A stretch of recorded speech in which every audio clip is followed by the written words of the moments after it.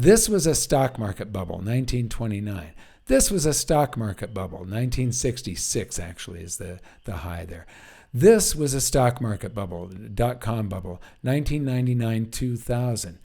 This is a stock market bubble and the biggest real estate bubble in history. It's all going on simultaneously, and it's going to correct simultaneously.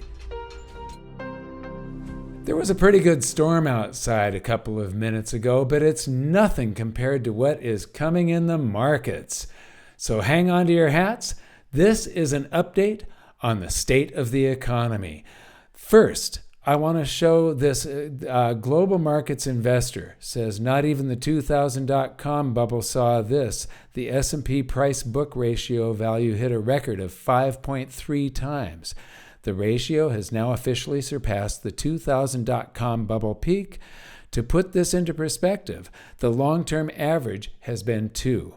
How does this end? So I want to show you something about these charts here. They've got a mean here, an average, and then they've got 1.5 standard deviations plus, 1.5 standard deviations minus. This mean is in the wrong place, and I'm going to show you that in a little while. Moving on to the next one, we've got, don't worry, this time it's different. Dot-com bubble popped, housing bubble popped. Now we've got the everything bubble. Well, I disagree. In my book, I was one of the original people that coined the term the everything bubble. And then a couple of years later, I realized, wait a minute, gold and silver aren't in a bubble yet. They will be in the future, but they're not there yet. So this is the almost everything bubble. Everything was in a bubble except gold and silver. Way past the uh-oh line, what could possibly go wrong? Here again, this average is incorrect. And because all this data, this starts in 1970, the previous chart starts in 1946, but still it's wrong, even though it goes back so far. Because one of the things I show in my book, The Great Gold and Silver Rush of the 21st Century, I believe we prove beyond a shadow of a doubt that because we add another 100 years, to this data. This is the Buffett Indicator. The Buffett Indicator, it's showing that, this is undervalued down here, where the value of the publicly listed stocks in the United States is less than 50%. And the actual average, if you ignore the bubble century, the average for the previous 100 years was between 50 and 60, not up here at 86. This is measuring mostly where everybody has lost their minds and they place these insane valuations on stocks. And this truly is mind-boggling. The Buffett Indicator, so publicly listed stocks in the United States are worth more than 2 times the U.S. economy. It's insane. Now, this is from the book, The Great Gold and Silver Rush of the 21st Century, and you've got stock market capitalization to GDP of 17 countries, and this is an interquartile chart. An interquartile chart, you take 100% of these 17 countries. You eliminate the top 25% and the bottom 25%. You just take the middle 50% so that you're eliminating the outliers that can skew data. So this gray shadow here is the middle 50%. What this does when you eliminate the top 25 and the bottom 25 is you eliminate currency failures, stock market crashes, you eliminate hyperinflations, events such as that can skew the data. And so this is very, very conservative data. And what you see here is globally, it was at about 23% of this would be about 25% there. About 23% was fair value. And then in the late 90s, we went into the bubble century, and we've been there ever since. And this stops back in, I think, 2015 or 2016, something like that, the data. And this is by a couple of European economists, Dmitry Kuvshinov and Kaspar Zimmerman. And it's obscure data, and we were able to find it and put it in the book. So the first time it got widely released, it was when we released the Great Gold and Silver Rush of the 21st Century. Hours worked to buy the S&P 500. So that other data went back to like here, and then another data set went back to 1947, right here. But when you add this extra 100 years of data, 1860 to 90, this 100 years of data that wasn't in those other data sets where they had an average. Well, the average here, hours to work to buy the S&P 500, is 23. And when this chart ended, this was 2022, it was 123 instead of 23. It's insane. This is the bubble century, and things will come back down to earth. But I think this time, they're not, when the stock markets crashed in 2000, we didn't even visit fair value on this. When they crashed in 2008, we almost visited bubble territory, but we didn't visit fair value. Going back to the Buffett Indicator for 17 advanced economies, same thing. We didn't come down to fair value. So Berkshire Hathaway has dramatically trailed the S&P 500 since May. And this happened in the dot-com bubble just before everything popped, global financial crisis, the COVID pandemic, and here it is again. NASDAQ market cap reaches record 145% of the U.S. currency supply in Q2 of 2025. So this is insane. The NASDAQ is valued higher than the currency supply of the United States. This is M2, so this includes all of the bank credit.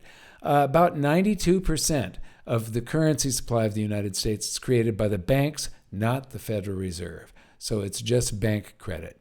Relative overvaluation indicators across historical bubbles.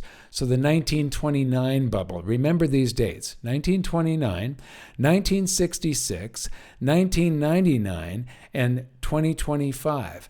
Now, 1966, the reason this doesn't show much overvaluation, I'll show you that in another video. But here we have the Shiller cyclically adjusted PE ratios relative to the mean, trailing PE ratios relative to the mean, the Buffett indicator, so the value of the publicly listed stocks compared to the size of the economy relative to the mean, Tobin's Q. Tobin's Q is a measurement of it's how many times the current valuation of the company is over the replacement cost of that company. If you were going to scrap the whole thing and start over again, build the company from scratch, build it up to today's sales, what would it take? So that's Tobin's Q. And so you can see where we are today. Tobin's Q is equal to 1999. The Buffett indicator is way over 1999. Trailing PE is a little bit lower. Case Shiller, we're going to visit this later, but not quite as high as 1999. But we are in super hyper bubble territory where we get devastating crashes afterwards. This is the Magnificent Seven, median enterprise value to free cash flow. And look at what's happened since 2009. We are at just these insane valuations that cannot last. The S&P 100 PE ratios exposures. So 27.2% of the S&P 100 is in companies with PE ratios. So it's the value is in PE ratios above 50. So 27.2% of the value of the S&P 100. And then 2/3 of the S&P 100 has a PE above 30.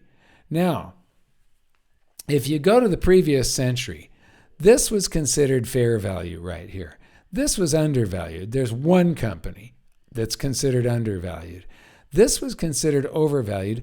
this was considered extreme bubble territory. Any of this would have been, was like off the charts. That hadn't happened before. This was hyper bubble territory. So moving on.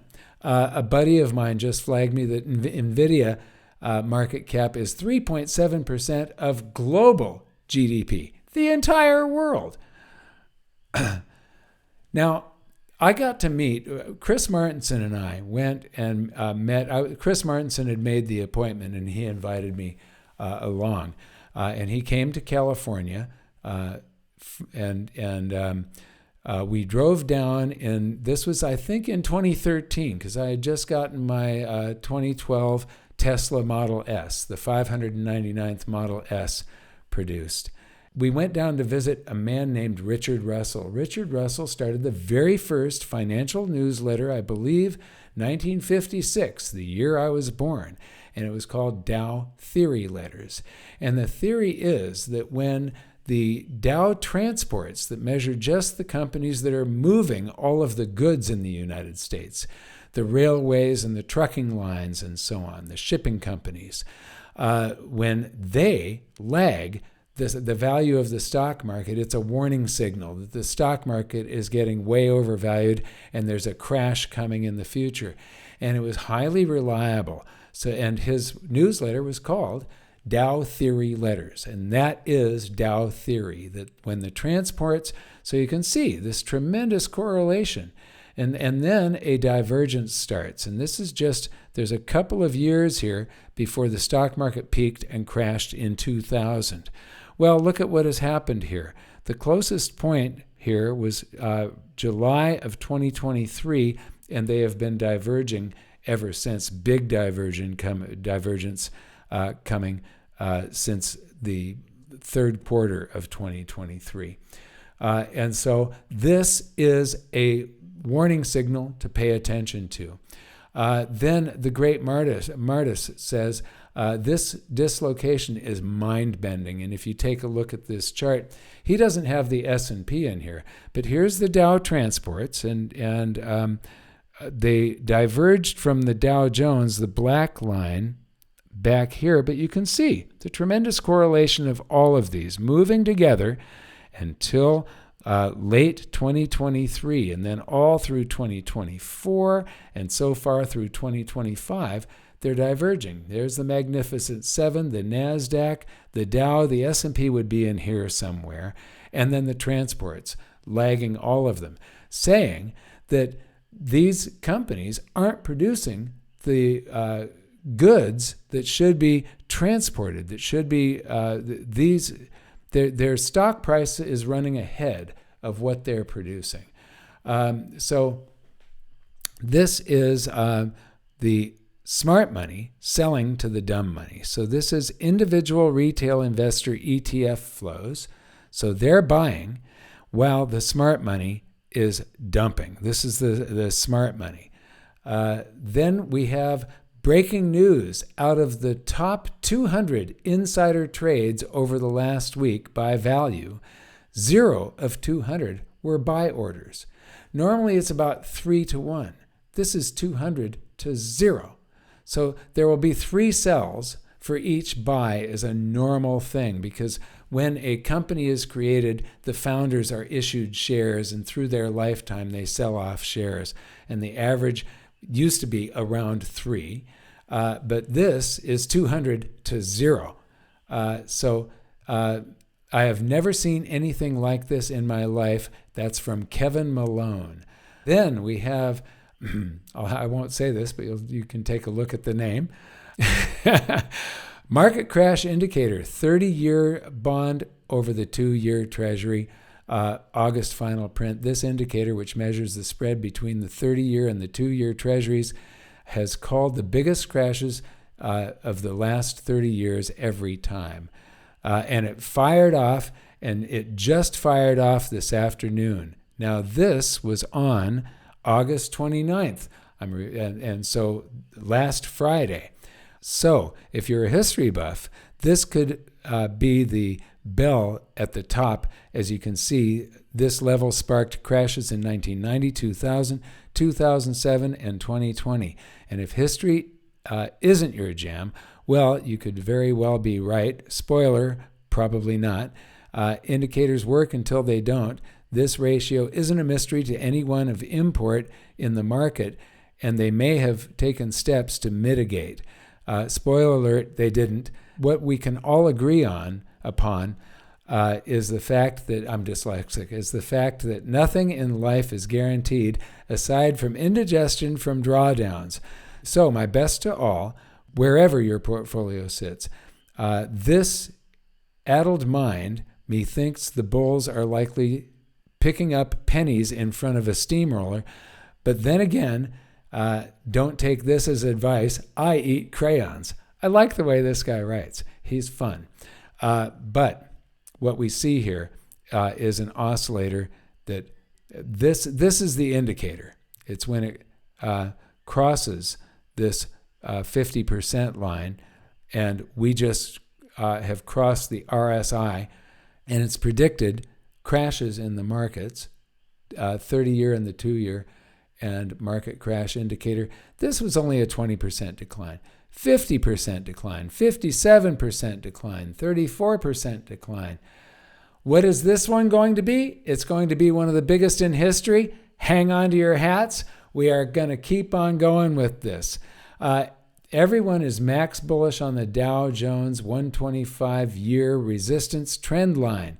Fascinating psychology.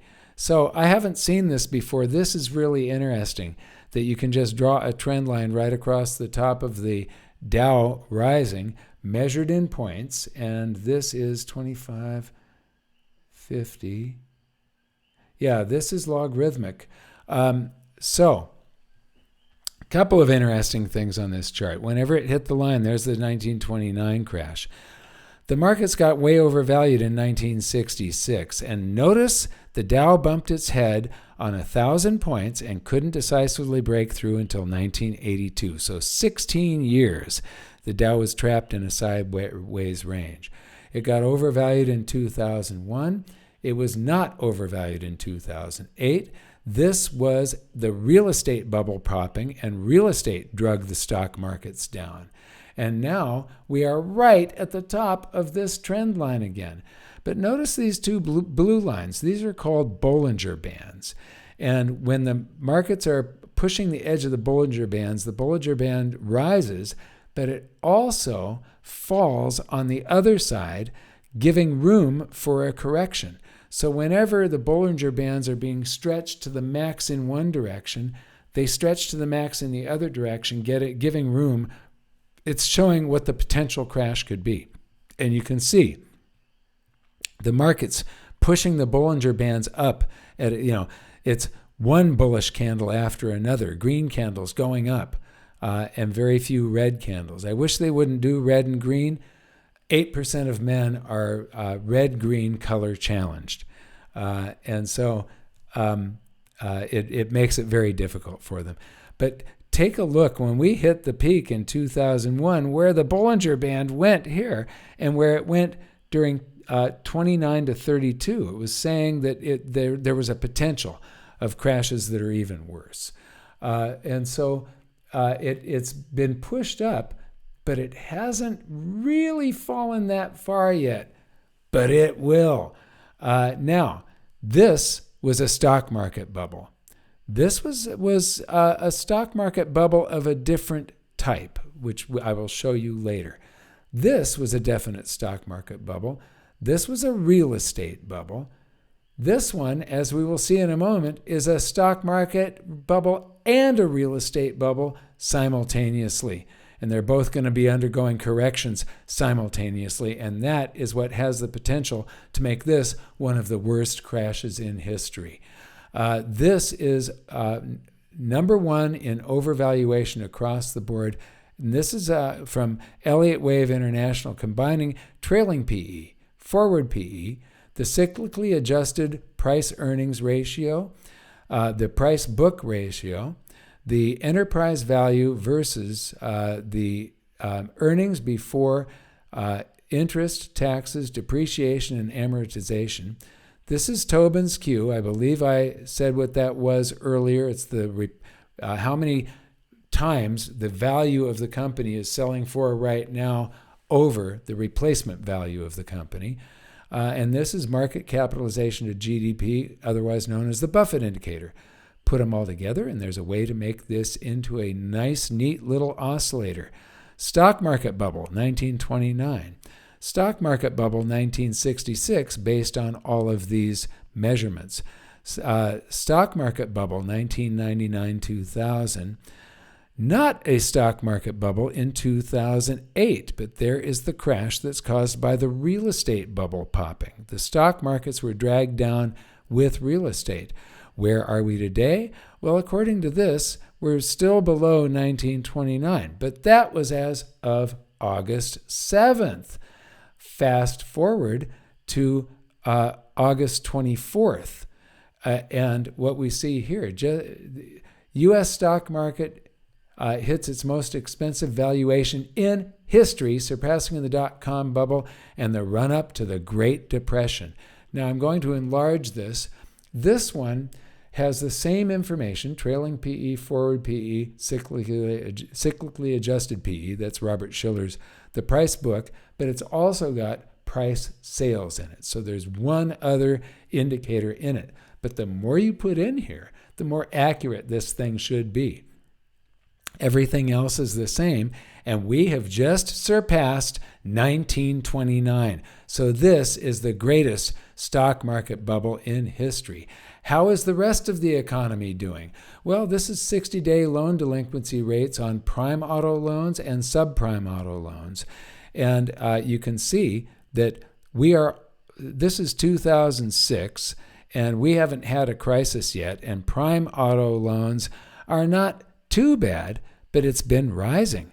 This fall here is free currency being handed out by the U.S. government with all the stimulus checks. That's the reason the auto loan delinquencies went down here.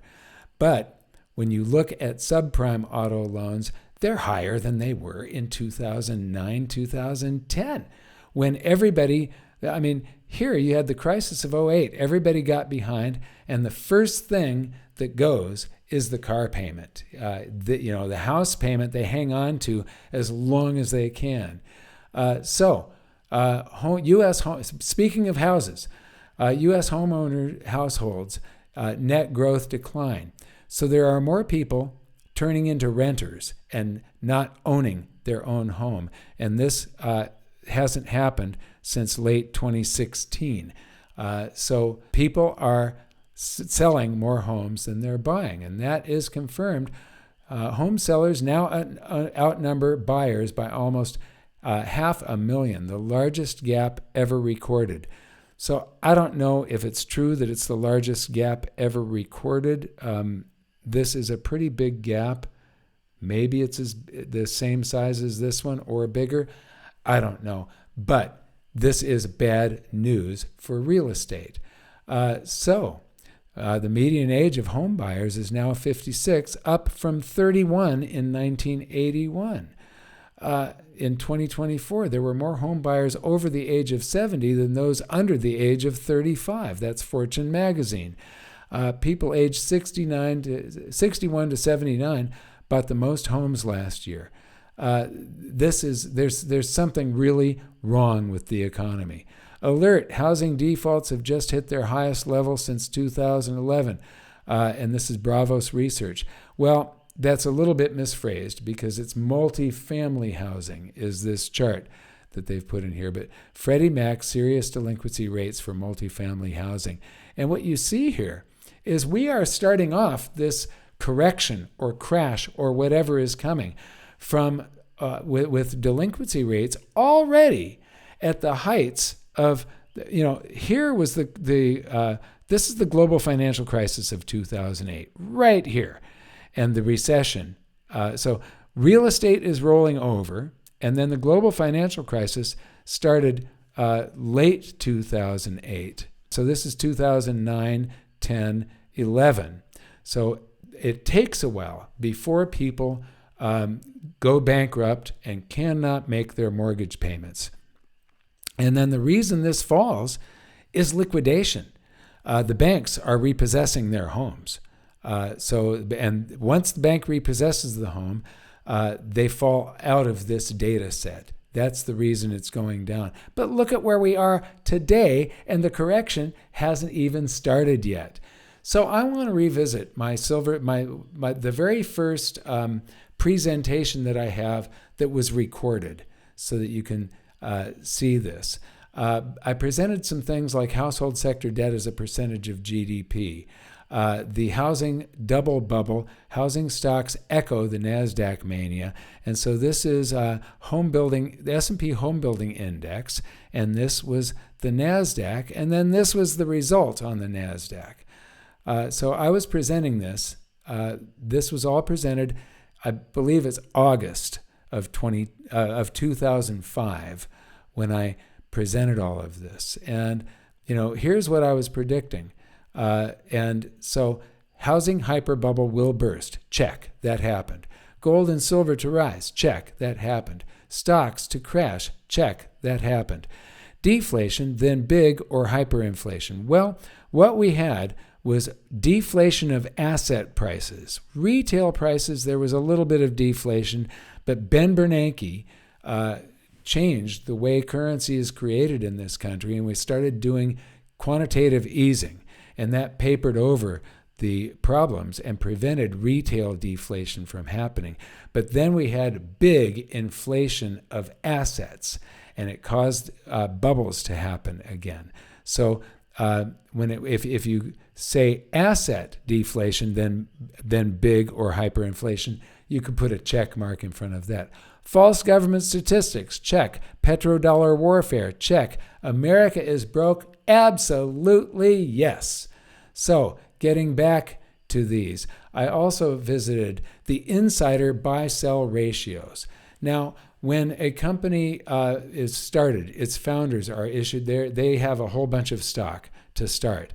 And so the insiders, the people that started the company, the people that have stock options in the company, those insiders that are working at the company, there's usually about 3 sales for every buy that they have because they start off with a whole bunch of stock. And so throughout their lifetime, they're liquidating some of it. But here, 19 to 1, 17 to 1, almost 10,000 to 1 in June of 2005. And so I was showing this to the audience, and then I showed the banking industry. Again, 3 to 1 is average, 9 to 1, 5 to 1. What was going on? Well, they were getting ready for an enormous correction. Then I showed this is Robert Shiller's home price index, the Shiller home price index, where it's inflation adjusted going all the way back to 1890. And I was showing this in 2005. So there is 2005. So this is August. You can see the bond stop, but this goes a little bit further. So this goes to August of 2005. So this is me watching crap unfold after everyone said I was crazy. The reason I'm having a toast here is I made the most cash, currency. I made the most currency in the shortest period of time in my life during the crash of 2008. And so this truly was me, and it was all based on that information that I just showed you. I predicted that real estate the bubble was going to pop. Everybody was saying, oh, no. Real estate always goes up. It never goes down. Well, they learned different. Okay, so this is where we are today. So I was presenting this in 2005, right about here, back in August of 2005. And yeah, it took another year to roll over. And then the crisis started happening in 2007, and it really unfolded and turned into the global financial crisis in 2008. But real estate didn't even come back to fair value. Stocks did not come back to fair value. But look at where we are today. So I just showed you that we have the most overvaluation in stocks in history ever. Higher than 1929, higher than the dot-com bubble in 2000. And now we've got the biggest real estate bubble in history. So to revisit this again, this was a stock market bubble, 1929. This was a stock market bubble, 1966 actually is the high there. This was a stock market bubble, dot-com bubble, 1999-2000. This is a stock market bubble and the biggest real estate bubble in history. It's all going on simultaneously, and it's going to correct simultaneously. So, my friend Brent Johnson of Santiago Capital, last week, or week before last, I went to dinner with him. He lives here in Puerto Rico. I've spoken with too many smart people who know system is blanked. And while they don't come out and say it, they are singularly focused on making as much as they can, as quick as they can, in order to be prepared for what comes next. And man, there is something big coming. I would urge everybody to watch my video, Markets Crash, the eerie similarities between 1929 and today. So 1929 then versus now. Please watch this thing because I believe we may be headed for the biggest crash in history. Remember, in 1929, real estate was not in a bubble. And so please wait patiently for the failure of the system. Sorry, I'm laughing. I can laugh because I'm a precious metals investor. And I know when everything else is falling, gold and silver are going to be rising, and they're not just going to be rising, they're going to be rocket-propelled. So when the whole world is running towards a cliff, he who runs in the opposite direction appears to have lost his mind. I want to thank you for watching. We'll see you next time. Invest and earn up to $2,000 in bonus silver at goldsilver.com. It's easy. Step 1. Open any gold-silver storage account excluding IRAs. Step 2. Purchase your precious metals. Step 3. Get up to $2,000 in bonus silver dropped straight into your vault. Visit goldsilver.com/free silver to claim your silver.